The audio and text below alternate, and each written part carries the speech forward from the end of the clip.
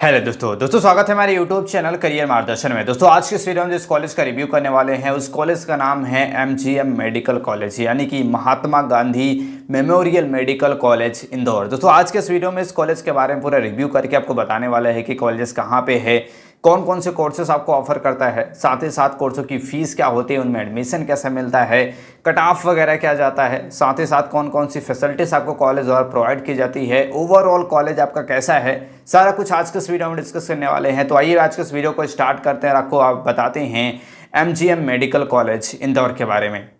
दोस्तों आइए सबसे पहले बात कर लेते हैं इस कॉलेज के ओवरव्यू के बारे में। दोस्तों कॉलेज की बात करते हैं, कॉलेज आपका स्टेब्लिश हुआ था 1948 में। लोकेशंस की बात करते हैं, इंदौर मध्य प्रदेश में आपका कॉलेज है। इंस्टीट्यूट टाइप्स की बात करते हैं तो आपका एक गवर्नमेंट यूनिवर्सिटी है। कैंपस एरिया की बात करते हैं तो 80 एकड़ में फैला हुआ इसका कैंपस एरिया है, तो कैंपस एरिया भी काफ़ी बेस्ट है।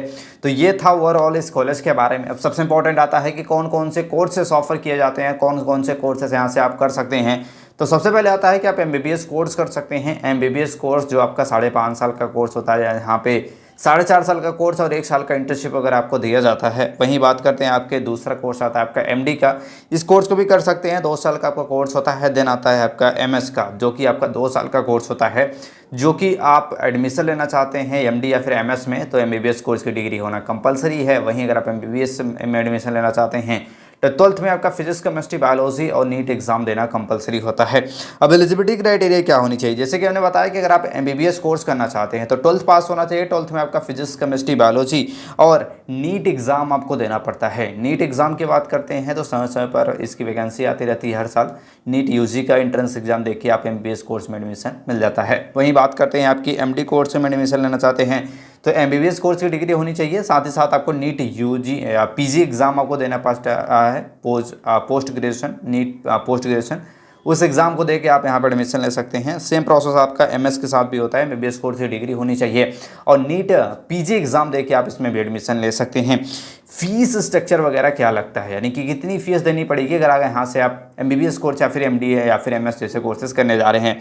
तो एमबीबीएस कोर्स की फीस की बात करते हैं तो 5 लाख रुपए, लगभग 5,30,000 रुपये आपके पर ईयर फीस लगती है। वही बात करते हैं एमडी कोर्स के लिए तो वहाँ पे फीस लगभग आपको 3,22,000 और एमएस के लिए भी आपकी फ़ीस सेम होती है। तो ये फीस सर्टिफिकेट कुछ इस प्रकार से होता है। नेक्स्ट बात करते हैं इस कॉलेज में कितनी सीट्स वगैरह हैं। ये काफ़ी इंपॉर्टेंट है, आपको पता होना चाहिए कि एमबीबीएस कोर्स करने जा रहे हैं तो कितनी सीट है, एमएस के लिए कितनी सीट है। तो भी स्क्रीन पे आप देख पा रहे होंगे कि एमबीबीएस कोर्स के लिए यहाँ पे 250 सीट्स है। इसके साथ साथ एमडी जो जनरल मेडिसिन के लिए है वो 35 सीट्स है। इसके साथ साथ बात करते हैं एमएस के लिए 25 है और भी कुछ अलग अलग जो एमडी कोर्सेज करवाए जाते हैं फिर एमएस के कोर्सेज करवाए जाते हैं अलग अलग स्पेशलाइजेशन में, उनमें अलग अलग सीट्स है जो भी स्क्रीन पे आप देख पा रहे होंगे। अब नेक्स्ट बात करते हैं जो सबसे इंपॉर्टेंट आता है, इसका कट ऑफ वगैरह क्या जाता है। अगर आप नीट के थ्रू आप इसमें एडमिशन लेना चाहते हैं तो कट ऑफ वगैरह क्या जाता है, तो बात कर लेते हैं। सबसे पहले इसमें जो आपकी क्लोजिंग रैंक होती है वो ओपन यानी कि जो जनरल वाले कैंडिडेट होते हैं उनकी जाती है लगभग 3711, ये आपकी जाती है क्लोजिंग रैंक। इसके बाद बात करते हैं क्लोजिंग रैंक आपकी बात करते हैं इसकी जो आपके मार्क्स आए रहते हैं, नीट में कितना मार्क्स वगैरह की ज़रूरत पड़ती है तो वो है आपका 665। इतना कंपलसरी होता है, मार्क्स होना चाहिए तभी आपको एडमिशन ले पाएगा।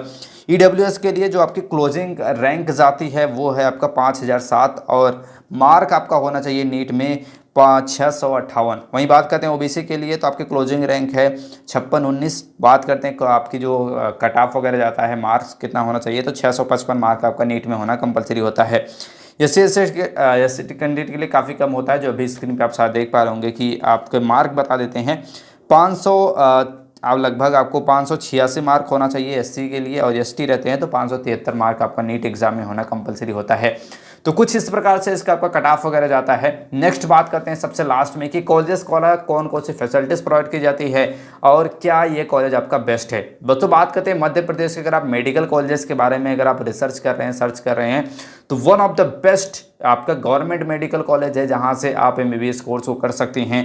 फैसिलिटीज़ क्या क्या प्रोवाइड की जाती हैं इस कॉलेज द्वारा, तो मेडिकल और हॉस्पिटल है काफ़ी ज़्यादा, यहाँ पे हॉस्पिटल से काफ़ी ज़्यादा कनेक्टेड है। ऐसे भी हॉस्पिटल्स यहाँ पे हैं जहाँ पे 2000 तक सीटें हैं। यानी कि जो बेड वगैरह होते हैं जहाँ पे पेशेंट वगैरह का इलाज करा जाता है, ऐसे हॉस्पिटल यानी कि बड़े बड़े हॉस्पिटल्स हैं। इसके साथ साथ मेडिकल में कई सारे आपको मिल जाती है। दोस्तों अगर आप किसी मेडिकल कॉलेज में एडमिशन लेने जा रहे हैं, तो अगर आप MBBS कोर्स कर रहे हैं तो सबसे ज़रूरी होता है कि वहाँ का खुद का हॉस्पिटल होना चाहिए, क्योंकि आपको प्रैक्टिस भी वहाँ पे करा दिया जाता है। क्योंकि इन हैंड प्रैक्टिस आपकी काफ़ी इंपॉर्टेंट होती है। मेडिकल के फील्ड में जा रहे हैं तो थ्योरेटिकल नॉलेज के साथ साथ प्रैक्टिकल नॉलेज आपके लिए काफ़ी इंपॉर्टेंट हो जाता है। अगर आप जिस भी कॉलेज में एडमिशन लेने जा रहे हैं, उस कॉलेज के ही एक हॉस्पिटल होना चाहिए जहाँ पे आपको प्रैक्टिस वहाँ पे जाके कर सकें।